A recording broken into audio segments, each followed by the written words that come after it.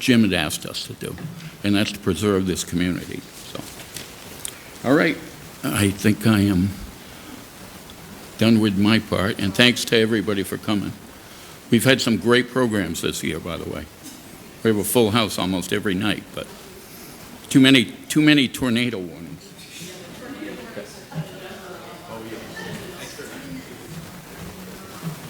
Hi. First of all, that was amazing. Can I use the mic? Y'all can hear me. That was amazing because I share a lot of the kind of maybe not until like back in 1940, but certainly the target ship and a lot of the dairy cows, like I say. But also the part about community and stories. So my name, for those who don't know me, is Revere, and I am the great-great-great-great-granddaughter of Paul Revere. I'm here with my brother, Paul Revere III, and my nephew, Paul Revere IV. So,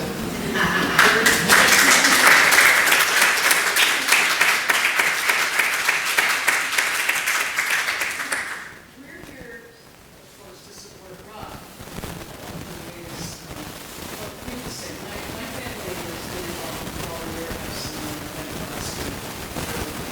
for a long time. Since the day it was founded. My father was president for a long time, and after he passed, I took over, and I'm guessing these two will be following in my footsteps if I let them. And I'm hoping they will. But what I want to go with is that, everybody always says the same thing about Paul Revere, and that is it's a great story. And you just shared with us stories of Jim Ellis, who is also a great story, also a metal worker, like Mr. Revere up here. And Rob Martello's book, which I'm not going to get the name, the industrial, what is it? Midnight Ride, Industrial Law. Yeah. I'll say it. Shows us this whole other side of Paul Revere. We all know about his story, and then that guy Paul Revere. But we're going to learn from Rob some of the insider, the whole other part of the story. I would be remiss if I didn't recognize Bob and Alex Frazee, who are sponsoring tonight. I guess Diane and Dave.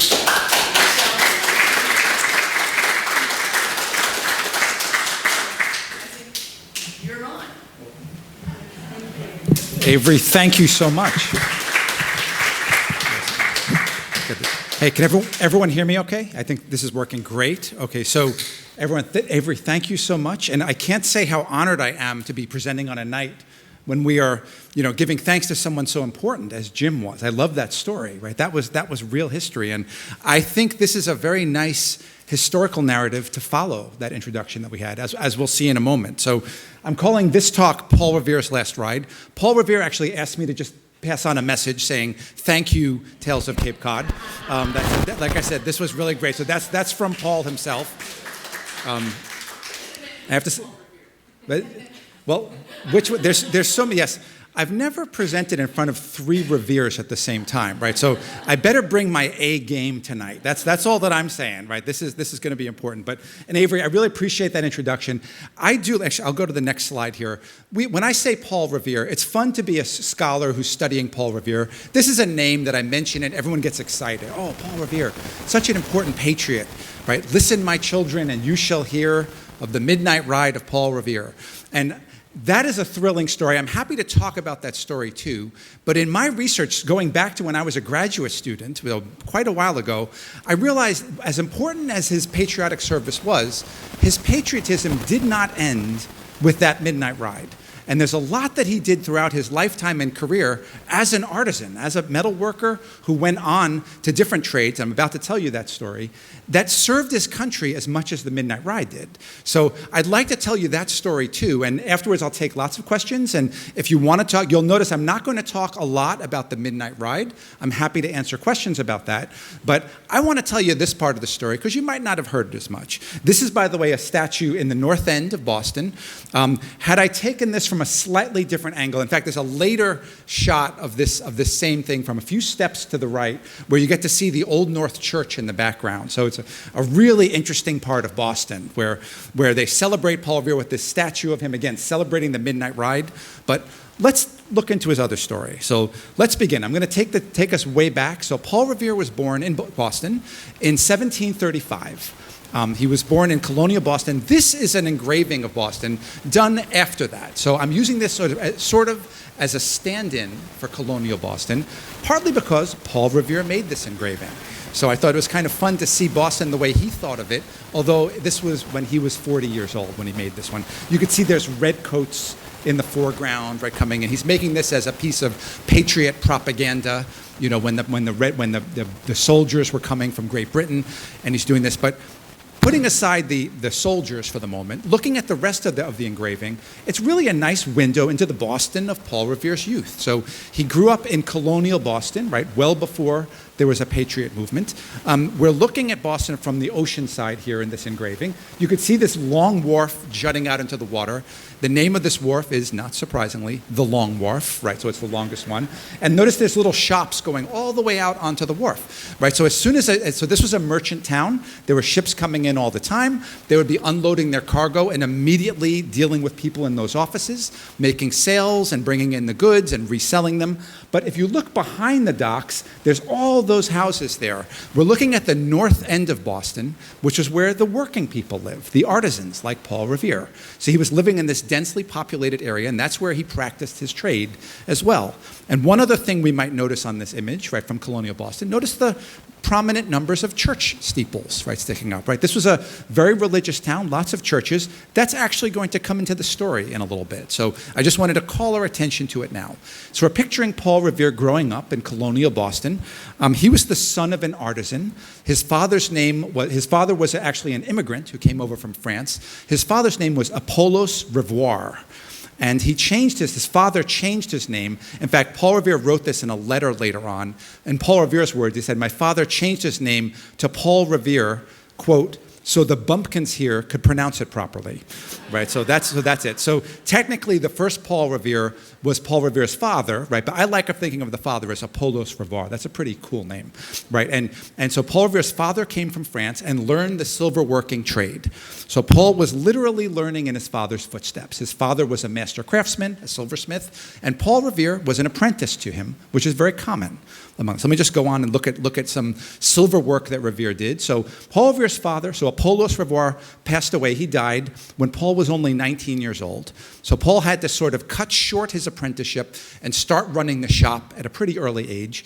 And he quickly took over and was able to make a name for himself, and he sold lots of goods and established a very good reputation for himself. In fact, if I had to use one word to describe Paul Revere, the silversmith, it would be that he was versatile, right? He was working on a lot of different things. If you went into Paul Revere's shop and said, "Mr. Revere, are you able to make," he would probably cut you off right there and say yes, right? You know, before you finish the sentence, and then say, "Wait, what am I making now?" Right? Because if he ever said no, he would lose a sale. And so he would rather figure out how to make something and then make it rather than act like he couldn't. Most of his work was pretty straightforward. He made lots of silverware, right? Literally silverware, like spoons, forks, knives, things like that. Small pieces of silver for lots of people. His biggest goods were tea sets. They were very elaborate, very expensive, had larger, so they had more silver, more labor going into them. But over the years, he worked on 90 different types of objects that we know of in his records. So types of objects that he made, ranging again from the commonplace to the expensive tea sets. He even he was given interesting commissions at times. He was once given an ostrich shell and was asked to make that into an ashtray. So he put little legs on it to make that. And once he was asked by someone to make a tiny, very fine silver chain for the person's child's pet squirrel, right? So we have lots of goods being made over the year, very much versatile. Paul Revere, as did all silversmiths at this time, he would put his maker's mark on his work. So you could see here in the left, on the upper left, the word Revere. He actually had several maker's marks. One was his initials. Some of them had designs on it. But this was something that he would stamp onto his silver. So like he wanted you to know this was a Revere piece. This way, if you went into someone's house and you saw something you liked, you might turn it upside down and say, oh, Revere made this. And then you might go visit Paul Revere, right, later and make your own silver from the same place. So this is how he made people aware of what his work was. He did have very high quality work. Again, he had a lot of different sales. One interesting thing about the silverworking community at the time is that they did a lot of subcontracting to one another. So sometimes one silversmith would have more work than they could handle, and he would go to the other silversmith and say, could you work on some of this for me? Right, so it's interesting. It shows they're not fully competing with each other. Of course, each one is trying to make a profit, but they were also helping each other out a little bit, sending work each other's way. They would only give work to someone else if they knew the other person was very good at it, though, right? Because your name would be on that silver. So if you subcontracted your work out and that other silversmith did a poor job, it would reflect poorly on you. Something funny about this, by the way, is sometimes when we look at surviving colonial silver, you see maker's marks stamped on top of each other. So sometimes like a subcontractor might have tried to sneak their maker's mark onto something so you'd know that it was there, that they helped to make it, and the main silversmith would say, no, would smash it out with their own. They'd say, no, only my name goes on this. From all of this subcontracting, we can tell what types of work each silversmith was most known for, because the other silversmiths would go to them and ask them to do that type of work. Paul Revere's specialty was engraving. So he did a lot of engraving for other silversmiths. This, on the right-hand side of this slide, you could see some really nice images there. When I was a graduate student, I did a lot of research at the Massachusetts Historical Society. I was able to look through Paul Revere's books. And one time when I was looking through his letter book, where he just had copies of all the letters he sent, I was just looking through the pages, and there'd be a letter, and suddenly this, right, on a random page, this undated drawing, and we could probably imagine him in his silver shop just doodling, right, just saying, can I get a piece of paper here? I have an idea for some engraving, and just working on something that looks so beautiful, right? He was just probably, so we don't know where this came from. There's no note attached to it, right? We just know it came from Paul Revere's shop. But maybe he was showing this to an apprentice. Maybe he was working it through on his own to try and figure it out. Who knows? But we just get a little window into the thought process of a really gifted engraver. So anyway, I'm painting a story here of Paul Revere running his silver shop in the colonial days. He was doing this in the old-fashioned way as an artisan. The artisans would do things differently. There was not a lot of currency floating around. So oftentimes you would barter, right? You would get paid with goods and services, and you'd kind of negotiate each item that way. Artisans had apprentices doing a lot of their labor, and so they really enjoyed, they would teach the apprentice the trade and then get labor from the apprentice in exchange. They would also give the apprentice food and lodging.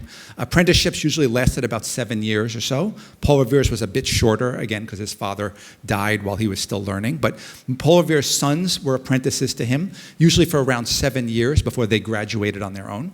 And also, so I was mentioning, right, a lot of this barter and trade. And they would often keep accounts. So you might not pay right away, but say, look, Revere, I'm going to buy some goods from you. Oh, but all the goods, by the way, were bespoke or custom made, right? So you would say, I have an idea here for a teapot. You describe it to him. Then he'd come up with a price. And oftentimes you wouldn't pay it right away. You would sort of owe Revere that money, and you'd pay it some later time. So this was sort of a more casual way of doing business, not the way we think of it today. This leads us into the Revolutionary period, and in particular to this very famous painting.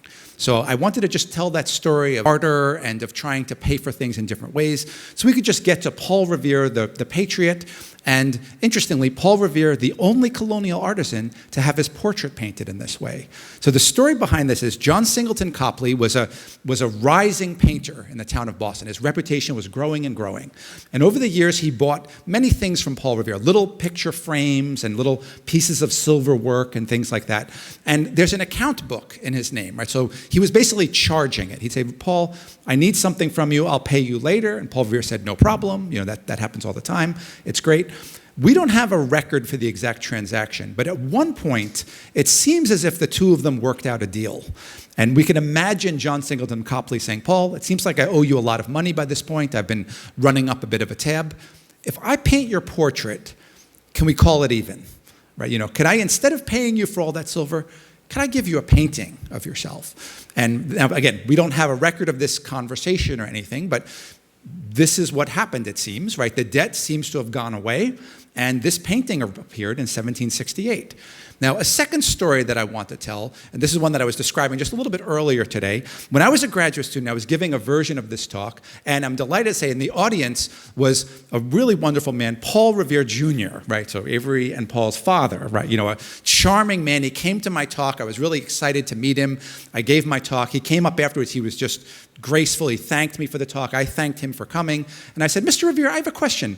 I heard a rumor that when John Singleton Copley gave this painting to Paul, his family didn't like it, right? Other historians told me they heard a rumor that the painting was not appreciated by Paul's family. So I said, this is your family. Do you know anything about this? And he was sort of like holding a drink at the time, and he said, son, let me tell you something. Not only did they not like the painting, they hated it. And his wife made him put it up in the attic. And it was not seen for years until later on, I think it might have been a grandchild went up there and found the great-grandchildren shooting spitballs at it, right? As target practice, right? He told me a version of this story, and I love that story, right, to do that. But it gets to an important question, like, why would the family not like this painting? It's a beautiful painting. It's well made.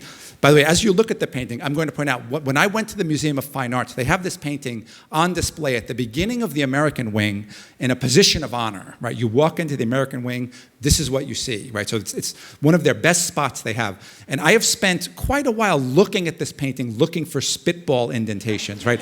I once got waved back by a guard, right? It was like, just move away, sir, you're too close, and all that. I have not found any, but when I gave a version of this talk at the Museum of Fine Arts once, and several people raised their hand, and they said, Rob, we would have restored that painting before it went up. So they wanted to keep the story alive, right? They said, you had no chance of finding spitball marks. If there were any, they would have been taken out before this was on display. So maybe it's still true, right? I was getting sad. I was like, I don't see any evidence of that story.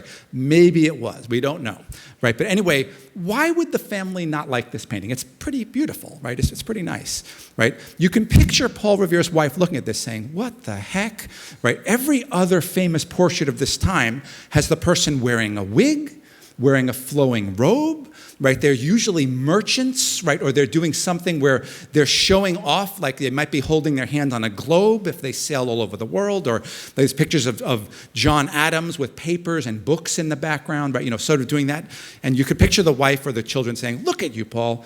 There's dirt under your fingernails. You could actually see that in this painting. Your shirt is open a little bit, for crying out loud. Like, why are you being painted in this state?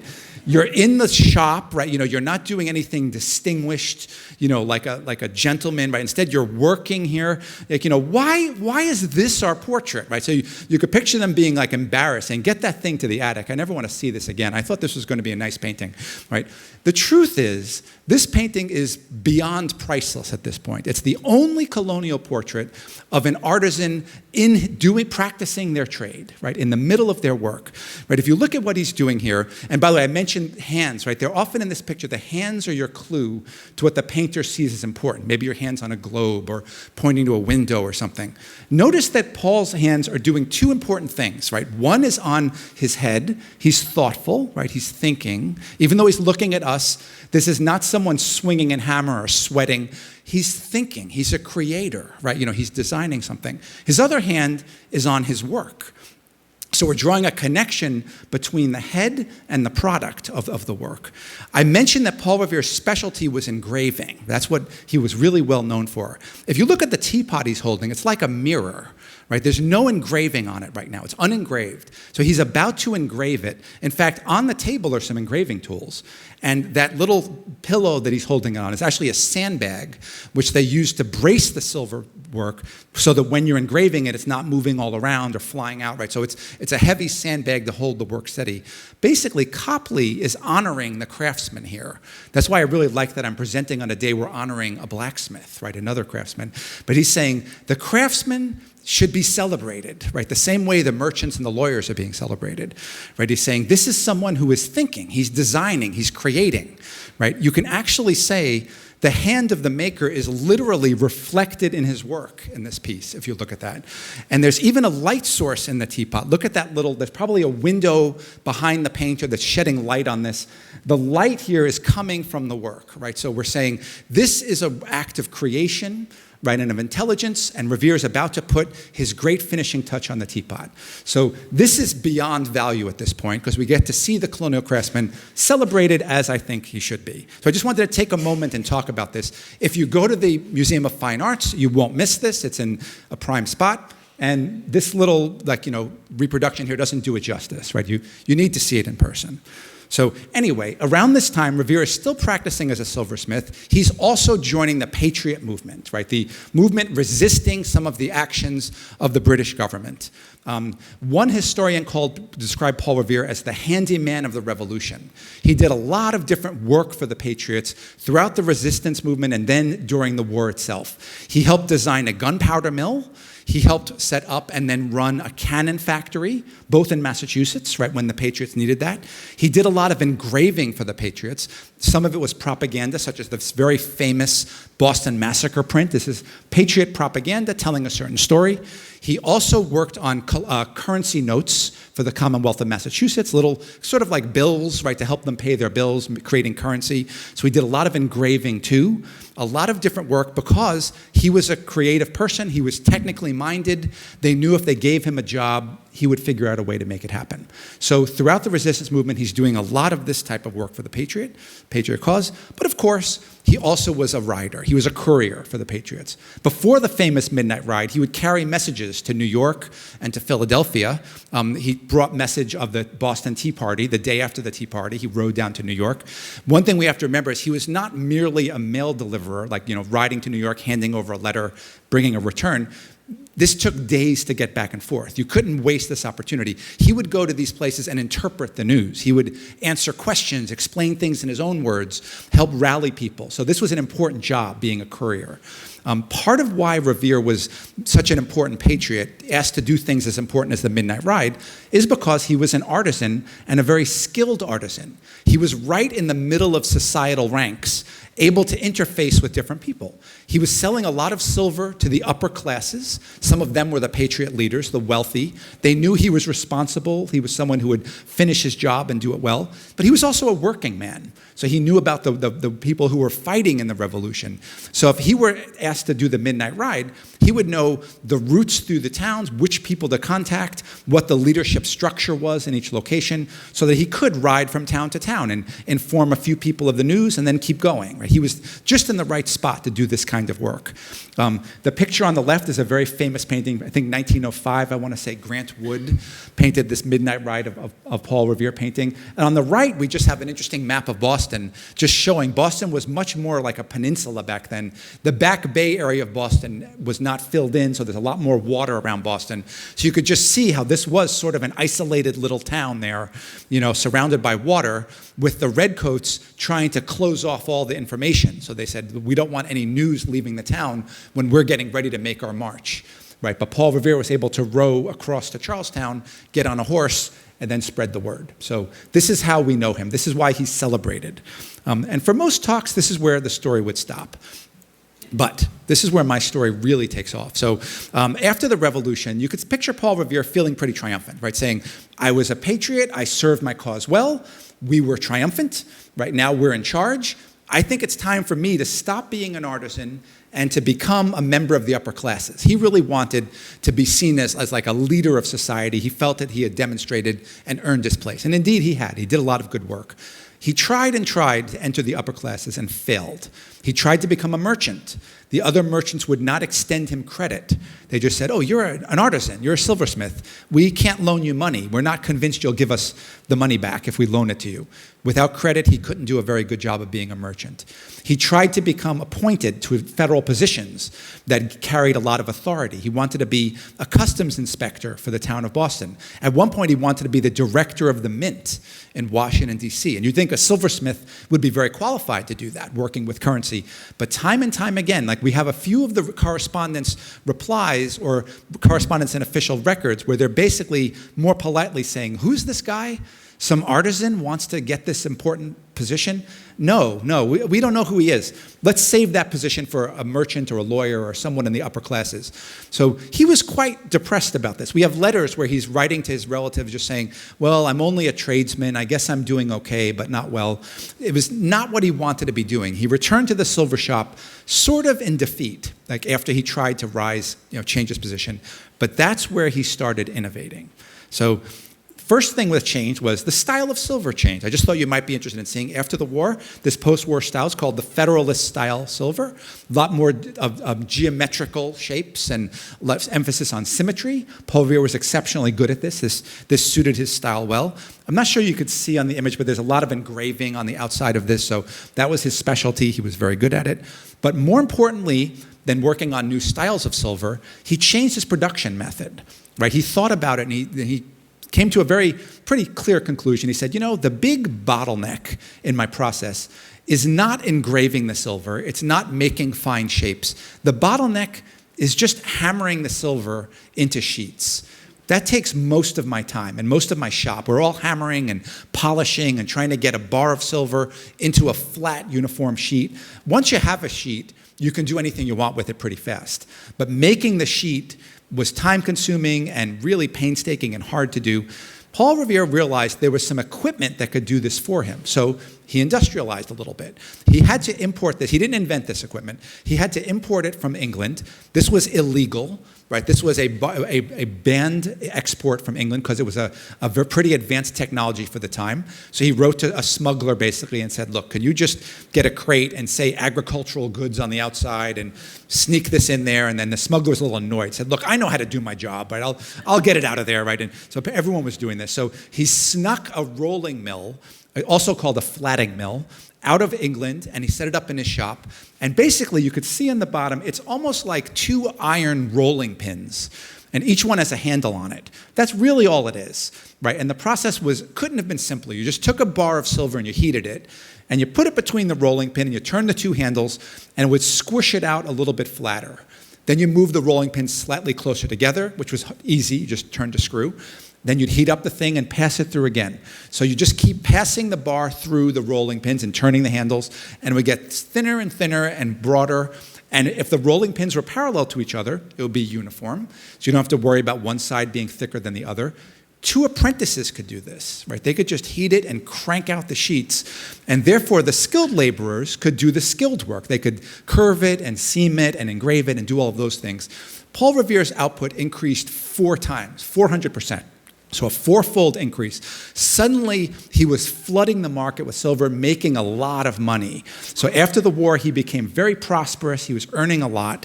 He was also very entrepreneurial. That means he was able to look at this and say, this is great for now, but there's only a certain appetite for silver. There's only so much silver people need, and I'm producing a lot.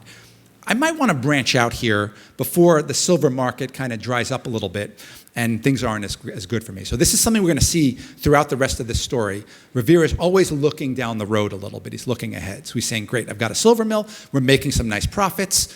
What else could I do? So his next step was into iron casting. This was a big leap. He took some of those profits. He invested in a big furnace in the backyard of his property. Giant furnace that could, with a lot of, it was fueled by charcoal.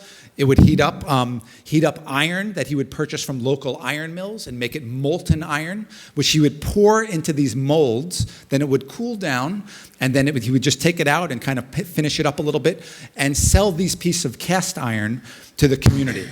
There was a huge appetite for cast irons. Everybody needed iron. You used it for window counterweights, for pieces of stoves. Sometimes you would have big sheets of iron behind your fireplace to protect the bricks from the heat. So there were lots of different things. He was not a blacksmith, so he was not actually working the iron. He was casting it into the shape he wanted and selling it like that. Another interesting way that he ran his business was he took his oldest son, Paul Jr., and he said, Paul Jr., could you keep running the silver shop while I look at the iron business? He said, the silver shop is still making a nice profit. I don't want to lose that. So keep up the good work. I'll help out every now and then. But I, Paul Revere Sr., I'm going to focus on the next thing, which in this case was iron. He kept doing this for the remainder of his career. So at this point now, and that's interesting because now he has two sources of income. The silver shop is running, iron is selling well. Once again, Paul Revere says, okay, what next? So again, in 1788, he started iron casting. A couple of years later, good luck led him into bronze and bell casting. The good luck was actually bad luck at first. His church bell broke. And so he was one of the elders of his church. So they had a meeting and they said, okay, we better get up a subscription and send away to England for the new bell. And Paul just raised his hand, just like when he was a silversmith, and said, I bet I could make that. But why send to England? Let me do it. I'll make us a bell. Right? And so he learned on the spot how to cast bronze. He already had the furnace. He already knew how to cast iron. This was a different metal, so bronze has different properties than iron. It was a much bigger object than he was used to making, but he was very good at casting at this time. He wasn't great at first. His first bell, which unfortunately was for his own church, supposedly was very shrill, right? There was a few negative reviews of it, but he figured it out. He actually got a very good reputation. Some historians estimated from looking at maps of Boston, there were some places in Boston where you could literally hear dozens of different church bells. So you could, from one spot. So you want each one to have a different tone. And the nicer the tone, the more sort of pride you have in your church.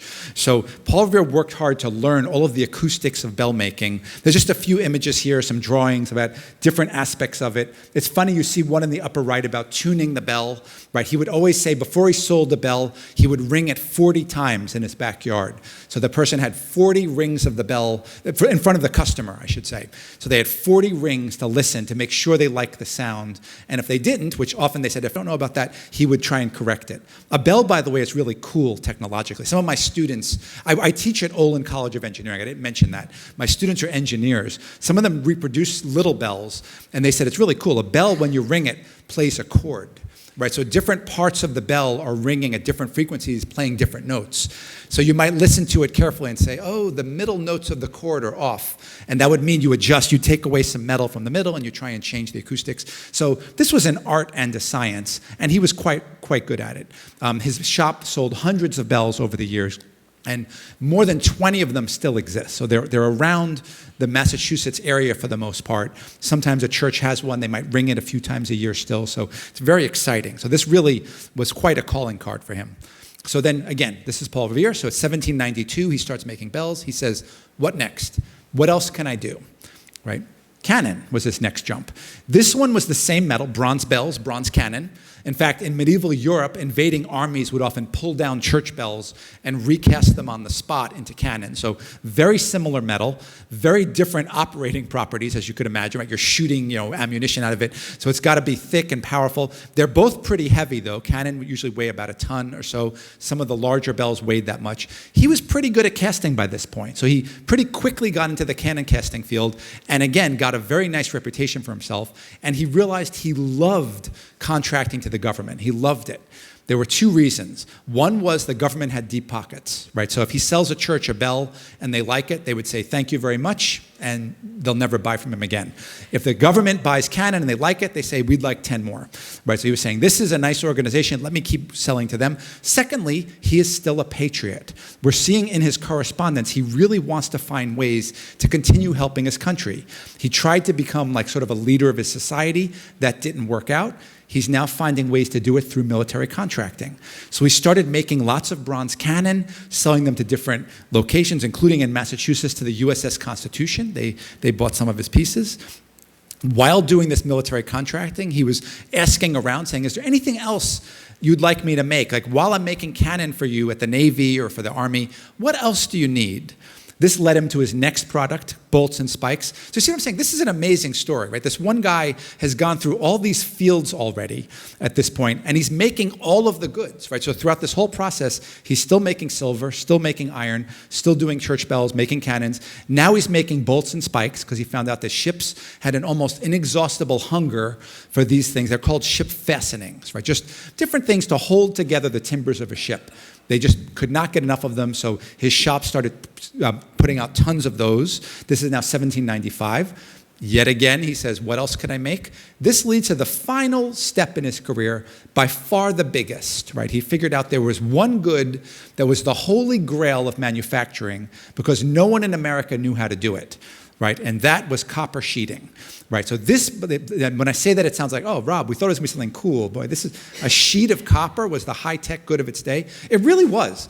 People could not make a sheet of copper strong and flexible at the same time. Right? It would either be flexible and soft and would just peel right off, or it would be brittle and hard and you couldn't hammer through it without cracking it. These sheets of copper were extremely important on wooden ships. Wooden ships that you sail in Mediterranean-type waters attract all sorts of sea life. Barnacles were the least bad thing that would happen, but barnacles on the wooden hull would start dragging tons of seaweed. The ships would start slowing down. But shipworms were terrible. These mollusks would drill into the hull of the wooden ship, eat it like Swiss cheese, right? And ships would have to be brought into dry dock every 5 years or so for this expensive, costly fixing of the hull process that could take 6 months. So imagine every 5 years losing your ship for 6 months while it's getting repaired. The British government tried all sorts of fixes, saying, what can we do to avoid getting our ships destroyed like this by mollusks and shipworms? They finally realized thin copper sheets put around the outside of the ship would deter all of these things, right? Nothing would be able to get through them. Copper was toxic to sea creatures, so things that tried to stick to it would die, would fall off. And you would only change the copper every 5 to 10 years, and it would take about 2 weeks to do it.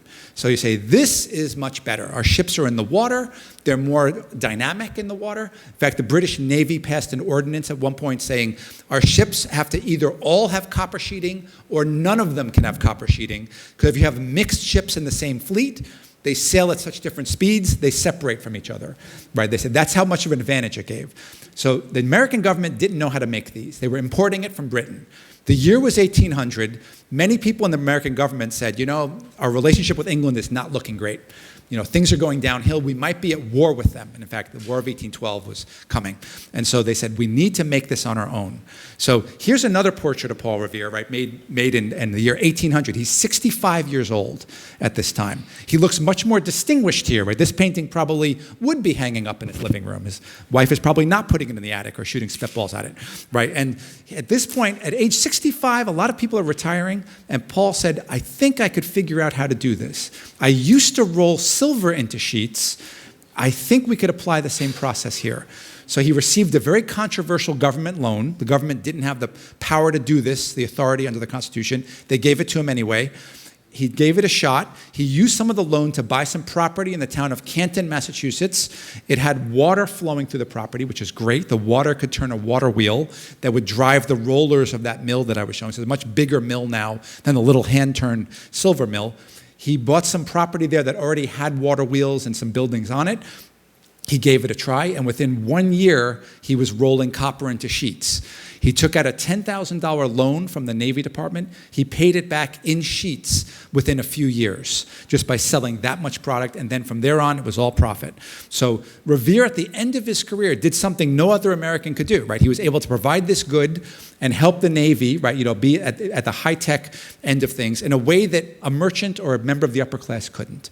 So you'd like to think he was very proud of this at the end. He was really excited about this. The USS Constitution, pictured here, was one of the ships that purchased his sheeting. They actually have that recorded in their logbook. They say, we gave 12 cheers because our ship was coppered, you know, by copper made by Paul Revere here in the United States, right? So very patriotic and exciting. Many other ships have his copper on them. And that was sort of the last big technological leap of his career. Here you could see some of the different uses of copper sheeting. So in addition to putting copper sheeting on ships, it was put on State House domes, right? Instead of gold, it was used to make it shiny and keep it protected from the elements. If you've heard of Revereware, that's a division of the Revere company that was sold off to different companies, but Revere copper was used to make a thicker version of the copper, make utensils and pots and pans out of it. So that was a way of making extra money too. Robert Fulton, the great steamboat creator in New York, wrote some letters to Paul Revere saying, Mr. Revere, I heard you make copper sheeting. Could you make it extra thick and make boilers for me? Because I'm tired of sending away to England for these. I wish you could do it. He said, wow, that's pretty thick. That's much bigger than I'm used to. Yes, I can do that. And he did. And so he started providing steamboat boilers. The bottom right picture is not a type of copper, but it's a fun story that Paul Revere's son, Joseph Warren Revere, as far as I could tell, was America's first first member who practiced industrial espionage, the first American to do this. What I mean is Joseph Warren Revere was Paul Revere's son, helping him run the business. Paul sent Joseph Warren in 1804 over to England. He said, Joseph Warren, go over there, pretend you're a merchant, tell all the different copper manufacturers you're looking to buy their products, use any lie you can think of, get into their shops, and tell me how they do it, right? I have some questions for you. And it worked. His son talked his way into those different shops. This is a drawing in the Paul Revere papers where he's saying, Dad, look what I found, right there. Here's some of their water wheels. Here's how they do it. So he got a lot of useful information out of that, way before a lot of the other things, right? So you might be wondering, why does Rob seem so proud right now that this guy's a spy, right? But it just shows, right? It shows America was trying very hard to catch up with England, right? Really didn't want to be sort of like behind all the times and dependent upon England for all these goods. Once Paul Revere figured this stuff out, other Americans wrote letters to him. We have these letters. And he wrote back and gave them advice. So they would say, Mr. Revere, I'm trying to roll copper into sheets, but my sheets are wider on one side than the other. And he would say, well, I know what your problem is. You got to align the two rollers better. Here's what I do. So he's really spreading the knowledge a little bit, right, amongst Americans. Right? He wants more people to be entering this field. So to wrap up the story, Paul Revere retired from the business in the year 1811, and his very capable son, Joseph Warren, continued running it. Paul lived a few years longer than that. He died in 1818, 83 years old. So old for them, really long-lived, right, for the time period. Throughout his life, he had 16 children. 16 children. Only 5 of them were alive at the time of his death. Many of them died extremely young or in childbirth. Others lived longer but passed away in older age. 5 of them outlived him, but he had more than 50 grandchildren alive at that time. It's actually a little hard to track the number. So big, thriving family, right? Many descendants taking over the business for him. His company, Revere and Sons, did very well, right? The modern offshoot, there is a Revere Copper Products, right? They have a big plant in Rome, New York, right? They're really wonderful people, actually. They've sponsored different research into Revere. They care a lot about their history. I mentioned also the Revere Ware division is no longer affiliated with Revere Copper and Brass. The division was sold. Basically, the name is what was sold off, and it's still put on copper products today. And right now, even though the Revere house is in Boston, there's also a historic site in Canton, Massachusetts, where his shop was located. So you can go to different places and celebrate Paul Revere's story. I'd like to end with this slide here just to show that here, even on Cape Cod, we're so close to all of this great history, right? If you go into Boston, you can go to the Revere House. You can walk the Freedom Trail, which will take you to different sites such as the USS Constitution, right, where they have some of his product. They talk a lot about Paul Revere. They're very proud of him. The Revere statue. Here's the other image I was telling you about, right? So here's the Revere statue with the Old North Church in the background. Paul Revere is buried in the Granary Burying Ground, not that far from Boston Commons. And this is in Lexington. The lower left picture is the Minuteman statue, where they talk a lot about the Midnight Ride, right? Where they celebrate that part of his story. So we are surrounded by all of this history, and it's so exciting to go see it in person and to live that. So on that, I'm going to thank you all, right, for coming out tonight, and I'd love to take some questions. Thank you very much. Thank you.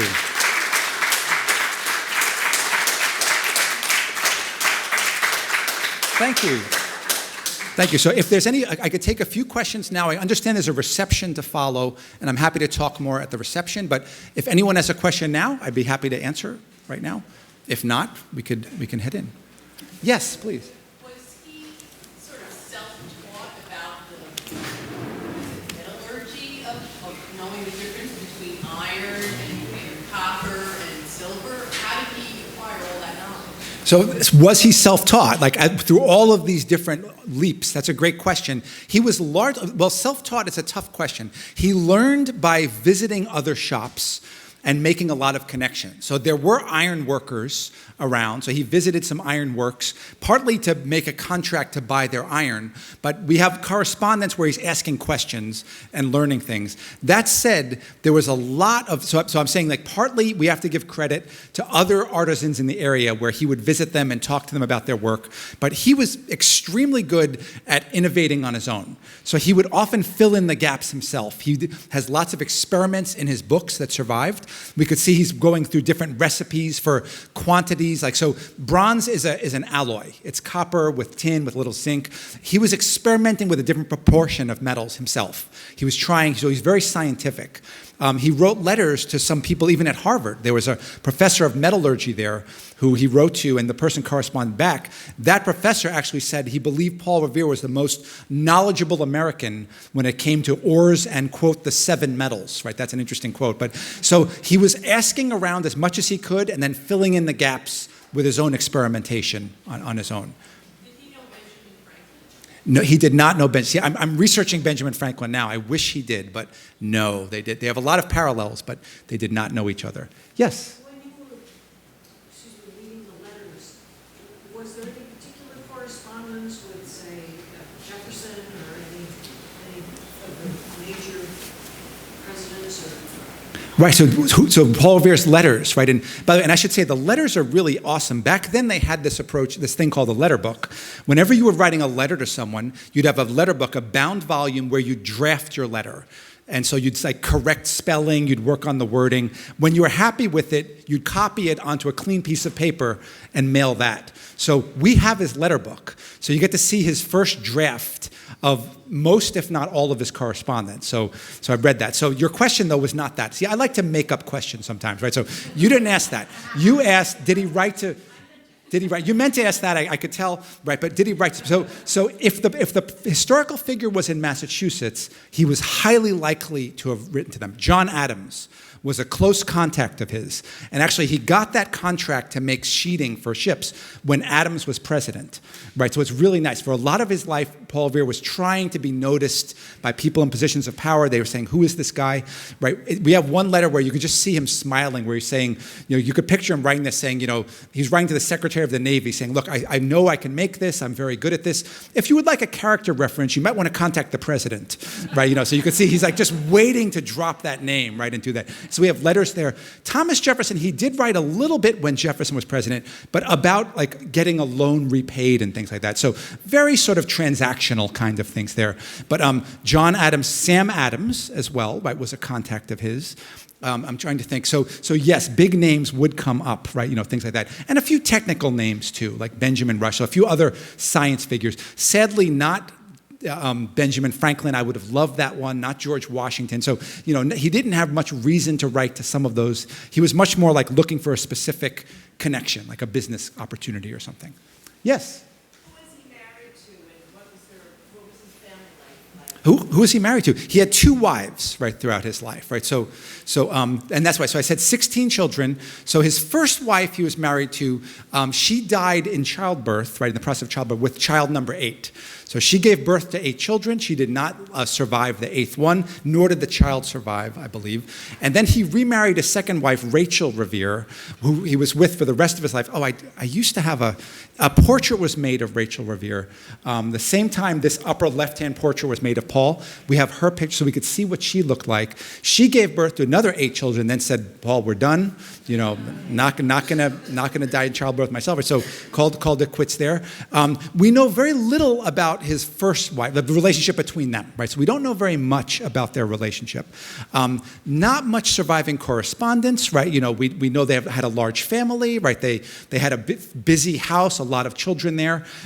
With Rachel Revere, there are a lot of surviving letters, very warm letters, right? Very touching. Like he writes to her all the time. He wrote her some love poetry once that is really kind of scary. Like I wish I had a better memory because it's like a little puzzle, like where he wants to spell her name. And it's a sweet thought, but it's like he says, 3/4 of the device that tortures the guilty. And the word is rack, right? So he wants to get R-A-C. Then, and 3/4 of the place where sinners dwell, right? That's hell, right? So rack plus hell makes Rachel, right? And there's some similar line that spells her last name, right? And you're like, Paul, the torturer's rack in hell, right? This is what you're doing. But then the poem turns around and it's like, put these together and they spell the name of the one I love the most or something else. So like his heart's in the right place, right? But it's like, let's work on the imagery a little bit. Like you could have done an oven rack or something. I think we could have worked on that, right? So, but there's other letters like that. He writes to about his children. He calls them my little lambs, right? Please take care of my little lambs, right? So very loving, right, for the second one as we see it, right? And which is great to see, right? And his children are following him in the business, right? So I started telling that his son, Paul Jr., took over the silver shop and ran that for the rest of Paul Jr.'s life. His next son, Joseph Warren, was sort of like his right-hand man, sort of like followed him through iron, bronze, and copper. Joseph Warren was the spy, right, who went overseas, right? He was doing well enough by the time of his younger sons that he was able to send his son John, right, to get a good education, right, to go and become like a doctor, right, get better education. And we have the Revere family. You could probably fill in some gaps here on the lineage, but this was a common practice. Like some of your sons follow you into the trade, and then you can have a little bit of money to get a nice education. So his son was able to sort of be like more of, right, a gentleman himself, like, probably got the education that Paul wished he had, right, because he was an apprentice for his own education. So family very involved in everything there. Yeah, great question. Oh, yes. Just to follow that up, Yeah, please. who is Joseph Warren named after? Who is Joseph Warren named after, right? There is a famous patriot whose whole name was Joseph Warren. So first name Joseph, last name Warren. This was a patriot leader who was very active during the resistance movement. And in fact, some historians said, and let me tell the story in the right order. Very active. He was a doctor. He was universally respected. He was smart. He was charismatic, active in all the patriot groups, and a good friend of Paul Revere's. Paul actually did his dental work. So Paul Revere, the silversmith, made fine silver wire that was used to hold dentures in place. We have some of his ads. He says, it will serve the purpose of speaking and appearance, but should not be used for eating, right? So that shows it's not wedged in that closely. Anyway, Joseph Warren was a very great patriot leader, and a lot of people said, he would have gone on. He might have been a national figure. He might have been president someday, and he was a close friend of Paul Revere. However, Joseph Warren was a very avid patriot. He was active in the Battle of Bunker Hill, where he was killed, right? So he died relatively early in his career. Paul Revere actually identified him through dental work, right? So he was able to look at that and see the silver work, and you could just picture him. This was his close friend. When you see the letters he's writing, so I should have used that to answer the earlier question about famous Americans he wrote to. His letters to and from Joseph Warren are very close and familiar. So this was a good contact, right? So had Joseph Warren, after the war, been in the upper leadership, he probably would have gotten Paul a good position, right? He would have said, I love this guy, right? And that's it. But he died serving his country, right? And didn't make it past the Battle of Bunker Hill. So his son is Joseph Warren Revere, right? That's it. So whereas the other one was just named Dr. Joseph Warren, and that's it. Yes? Did he keep a shop journal? Did you have something that showed his progress through his experimentation and development of techniques in the business itself? Correspondence? So did he keep a shop journal? He had several things that were like journals. One was called the Waste Book, which was sort of a recording of transactions. So it might say, so when you would come in, he would write down what you ordered, right, in some detail. And then when you gave him money, he would write that down as well, right? So you might say, I contracted with you to make you this many spikes of this length and of this weight, so it'd all be a record of it. And then it would say later, then the person came back and gave me 3 pounds of currency to pay for it. He owes me another 2 pounds, right? So whatever that might be. And he would copy those into ledgers. But what you're asking about is more like a notebook, and there are a few of those, but it's haphazard. So some survived, some clearly did not. Like they're not consecutive or anything. But yes, at random points there are like records for one of them was when he started his ironworks. Somehow that record survives. So we have a list of the materials he used to build this iron furnace. We have some records of the amounts of iron he bought and of what he was experimenting there. Then there's a big gap, right? So then there's nothing about his early bell making for some reason. So it's just a matter of what made it and what didn't make it, which is nice. There's 50-something volumes of papers in the Revere family papers at the Mass Historical. So there's a lot of stuff there, but a lot of it's correspondence and receipts and things like that. So yeah, I poured over it though and tried to pull out anything I could. What's interesting too is artisans did not usually write down their processes. They called artisan work, they describe it as the art and mystery of the trade, right? So the idea was saying I'm going to keep the value here by only telling this to my apprentice, and they will tell it to their apprentice. That was sort of the tradition. We don't want everyone doing it. This knowledge is powerful. It makes us important. So by writing anything down, he's modernizing, he's breaking a little bit with the tradition, right? Because by later in his career, he was no longer really practicing like an artisan. He was more of an industrialist. He was employing people for wages, not having apprentices. So he started writing things down a little bit more. So it's a really fun question. You're thinking like a historian there. That's great. Yeah, maybe.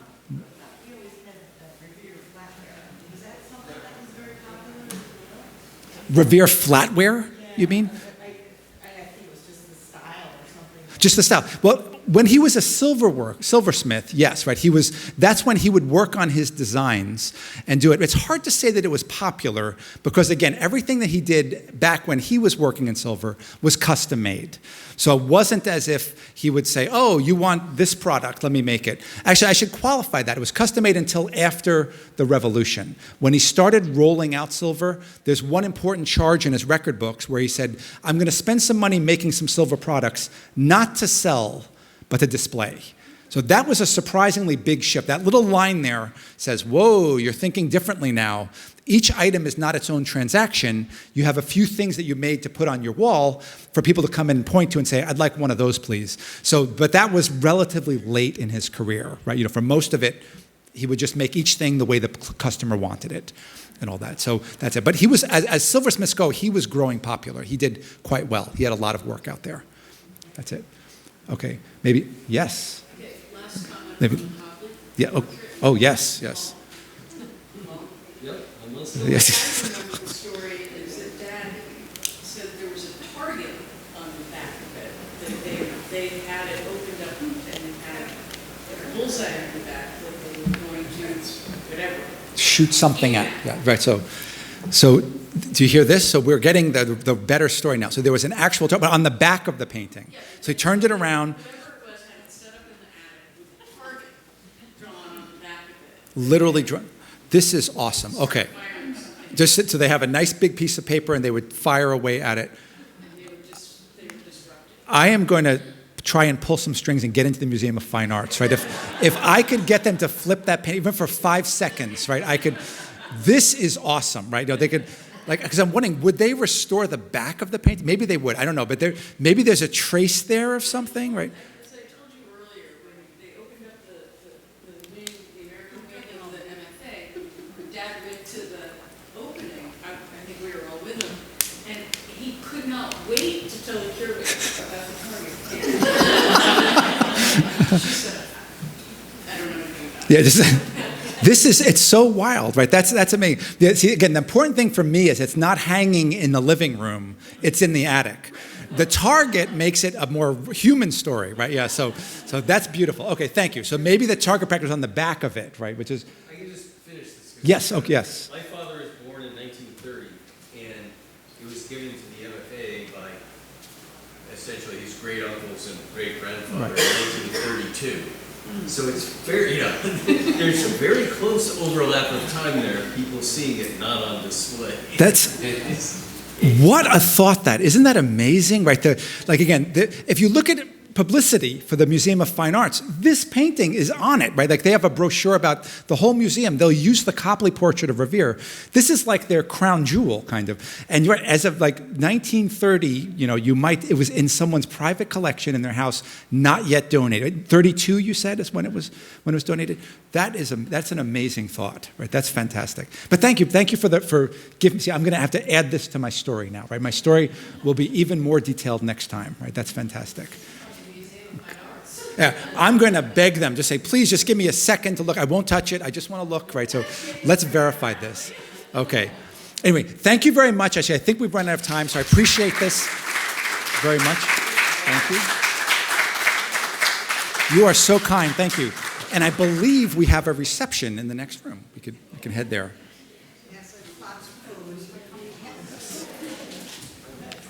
Excellent. Sorry.